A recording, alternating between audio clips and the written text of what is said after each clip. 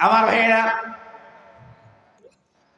ওই নৌজন যুবক 3 বছর পরে যতই মেয়ে দেখি মেয়ে পছন্দ হয় না, মেয়ে পছন্দ না হইলে বিয়ে হবে না। খানে কাবার মতলের কাছ থেকে ছুটি নিলাম, আমি সাগরের সফরে যাব। কিসের সফরে? সাগরের সফরে যাব।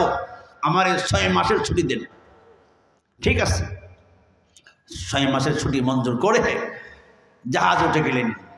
6 মাস সাগরের ভ্রমণ করবে আর কি। আমার ভাইয়েরা, 3 মাস সাগরে ভ্রমণ করলেন। 3 মাস পার হওয়ার পরে জাহাজ সাগরে এমন এক জায়গায় পৌঁছেছে যেখানে 7 নম্বর সিগন্যাল আছে। কয় নাম্বার? 7 নম্বর সিগন্যাল। আমার ভাইয়েরা, জাহাজের পাইলট বলতেছে, যাত্রীরা কালেমা পড়তে থাকেন, কালেমা পড়তে থাকেন, প্রত্যেকে লাইফ জ্যাকেট পরেন, জাহাজ নিয়ন্ত্রণ হারিয়ে ফেলবে। 7 নম্বর সিগন্যাল এসে গেছে। আবহাওয়া ভালো না, সাগরের মধ্যে প্রচুর পরিমাণ ঢেউ, জাহাজ নিয়ন্ত্রণ রাখা সম্ভব নয়। লাইফ জ্যাকেট পরেন, কালিমা পড়েন, যদি মরে যান রাসূল বলছেন আল হারক ওয়াল গারক শহীদ। আগুনে পুইরা মরলে শহীদি দরজা পায়, সাগরে ডুইবা মরলে, পানিতে ডুইবা পড়লে শহীদি মর্তবা পায়। অসুবিধা নেই, কালিমা পড়েন। মুহাম্মদ ইবনুল বাকির বাজ্জার 2টা চোখের পানি ছিঁড়ে দিয়ে বলে, আল্লাহ, তাহলে কি হাদিস সাহেবের দোয়াটা মনে হয় কবুল হয় নাই? এখন তো কি জাহাজ ডুবে যাবে। আল্লাহ বলেন, নওজোয়ান যুবক, টেনশন করবা না, জাহাজ ডুবলে সব যাত্রী মারা যায় না, কিছু আমি আল্লাহ বাঁচাই দিই। টেনশনের কিছু নাই, তোমার বিয়ে হবে, টেনশন করো না। আমার হাদিস সাহেবের দোয়া আমি আল্লাহ কবুল করেছি। জাহাজ যেখানে ডুবে গেছে ওই বাড়ি আমার হাদিস সাহেবের বাড়ি, জায়গা মতোই জাহাজ আছে, তুমি টেনশন কিছু। জাহাজ যেখানে ডুবছে এলাকাতে হাদিস সাহেবের বাড়ি আছে। আমার ভাইয়েরা, যে মাত্র জাহাজটা ডুবে গেল, আশেপাশের লোকজন ছোট্ট ছোট্ট নৌকা নিয়ে যাত্রী উদ্ধার করতে আসছে। এর মধ্যে খানে কাবার খাদেমের জন্য বিশেষ একটা নৌকা আসছে। 2 জন খালি ওনার দিকে তাকিয়ে দিয়েছেন। অনেক লম্বা নওজোয়ান যুবক, সুঠামদের অধিকারী, দেখতে অনেক সুন্দর আরবের মানুষ। 2 জনের হাতে ধরে উঠাইলেন, একবারে টকটকে লাল সুন্দর। আমার ভাইরা নৌকাতে উঠাই নিয়ে গেলেন পাড়ের মধ্যে। ওইখানে একটা মসজিদ ছিল, মাগরিবের নামাজের সময় হয়ে গেছে। আল্লাহর ঘরের খাদেম বলতেছে, ভাই আবার একটু সময় দেন, আমি নামাজটা পড়ে আসি। মসজিদে গেছে, কাপড় আছে, কাপড় পরে দিয়ে মাত্র মসজিদে ঢুকছেন। সবাই তাকিয়ে আছে, এত সুন্দর মানুষ হইতে পারে? আল্লাহু আকবার। তো পরিচয় দিচ্ছে, আমি আল্লাহর ঘরের খাদেম, ভ্রমণে আসছি, জাহাজ ডুবে গেছে। 3 মাস, 6 মাসের সফর, 3 মাস চলে গেছে। মাগরিবের নামাজের জন্য বলছে, হুজুর আল্লাহর ঘরের খাদেম আমরা পাইছি। ইমাম সাহেব বলতেছে, আপনি নামাজটা পড়ান।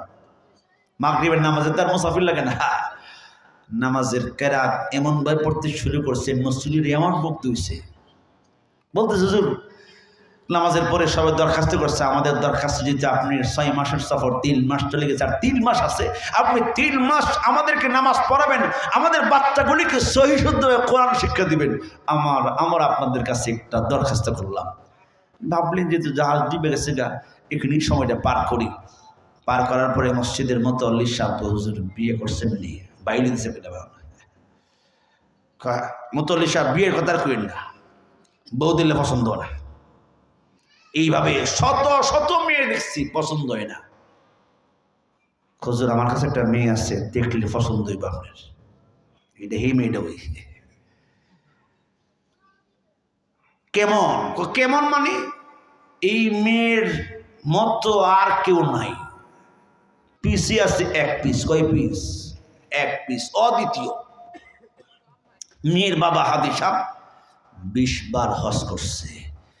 যে মাত্র যে 20 বার হজ করছে, মনে করেন কলজারা বেড়ে আছে। আরে কি কর, কয়বার হজ করছে? 20 বার। তো মেয়ের ভাই আসেনি? কই ভাই নাই। মিলেনি কি কন? একটা মাত্র মেয়ে। হাদি সাহেব মারা গেছেন এই গত বছর মারা গেছে। মেয়েটা এমন সাবালিকা হওয়ার পরে এই মেয়েটাকে আমাদের গ্রামের কোনো যুবকেরা কোনো দেখে নেই, তার আওয়াজ শুনে নেই। মেয়েটা তার বাবার বাড়ি, চাচার বাড়ি আর নানার বাড়ি ছাড়া কারো বাড়িতে সে বাড়িতে যায় না। কিন্তু এমন মেয়ে আমাদের এলাকায় আর দ্বিতীয় একজন আমরা খুঁজে পাই নাই। হুজুর, যদি আমরা তো ছোটবেলা দেখছি, আমার মনে হয় আপনি যদি দেখেন, আমার মনে হয় না আপনারা পছন্দ হবে। আমার মনে হয় মেয়ে দেখে আপনি আর মসজিদে আসবেন না, ওইখানেই বলবেন আমার সাথে তার বিয়ে পড়াইয়া দেন। যে বেটা ঘটকে বেটার কিছু লাগাই গেছে আর কি, আসলে মেয়ে সুন্দরী মেয়ে। ঠিক আছে, তাহলে আপনি আমারে আলাপ করেন বিয়ের। বিয়ের আলাপ করার পরে মেয়েকে বলছে, মা, একজন আল্লাহর ঘর খানা কাবার খাদেম একজন পাইছি, বিয়ে করে নাই। মেয়ে বললেন, খানায় কাবার খাদেম পাইছেন আপনি?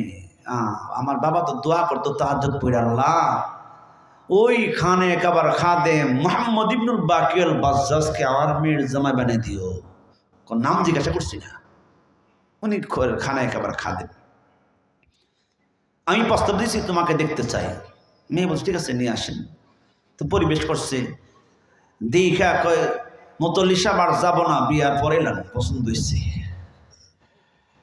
বলতেছে যে ঠিক আছে, বিয়ে পড়াবো ইনশাল্লাহ, পছন্দ হয়েছে। বিয়ে হয়ে গেছে। হুজুর এশার নামাজ পড়ে মেয়ের বাসায় গেছে, গিয়ে মেয়ের চেহারার দিকে যদি একবার চায়, ওই গলার মধ্যে যে মালাটা পাইছিল, যে মণিমুক্তাকে যদি একটা মালা পাইছেন না মক্কাতে, ওই মালাটা মেয়ের গলায়।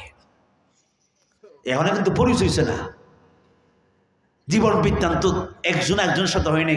ঘরে ঢুকেই দেখছে মেয়ের গলাতে ওই মালাটা দেখা যায়। ভাবছেন মেয়েটা তো ওইটাই হবে। আমার ভাইয়েরা, বিছানায় বসে গেলেন, স্ত্রী খাবারের ব্যবস্থা করলেন। স্বামী যেই মাত্র ঘরে ঢুকলেন, স্ত্রী প্রথমে সালাম দিন, আসসালামু আলাইকুম ওয়া রাহমাতুল্লাহি ওয়া বারাকাতুহু। মুহাম্মদ ইবনে বাকির বাজ্জাজ বলেন, ওয়া আলাইকুম আসসালাম ওয়া রাহমাতুল্লাহি ওয়া বারাকাতুহু। বুঝতে পারলেন মেয়েটা দিনদারি, মেয়েটার মধ্যে দিনদারি আছে, সেই প্রথমে ওরা সালাম দিছে। আমার ভাইয়েরা, খাবার পরিবেশন করার আগে দস্তরখানা বিছিয়ে দিলেন। নিজে বসে বসে স্বামীর খাবার খাওয়ানোর জন্য আস্তে আস্তে একটা দুইটা করে তরকারি পরিবেশন শুরু করলেন। মুহাম্মদ ইবনে বাকির বাজ্জাজ বলেন, আমি খাবো, তুমি খাবা না, এটা হয় না। মাঝে মধ্যে স্বামী এক দুই লোকমা বিবিরও খাওয়াইয়া দিচ্ছে। কি করে মহব্বত বাড়বো নেই?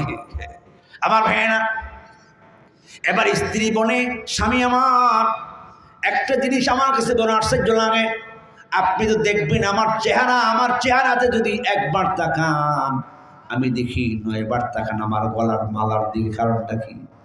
এবার স্বামী বলি, স্ত্রী আমার, তোমার গলায় যে একটা মালা ছিল, এমন একটা মণিমুক্তা খচিত মালা আমি মক্কার জমিনে হেরেবের রোডে পাইছিলাম। একজন হাজী সাহেব এই মালার মালিক ছিল, আর 1000 দিনার আমি পাইছিলাম, হাদী সাহেব মালিক ছিল। হাদী সাহেব আমার জন্য দোয়া করছে। হাদী সাহেব আমাকে বলছিল 200 টাকা দেওয়ার জন্য। আমি বলছিলাম, হাদী সাহেব 200 টাকা নেব না, আপনার টাকা, আপনার মণিমুক্তা খচিত মালা পেয়ে যে আমি আপনারে ফেরত দিলাম, আমি এর বদলা প্রতিদান আমার আল্লাহর কাছ থেকে গ্রহণ করব।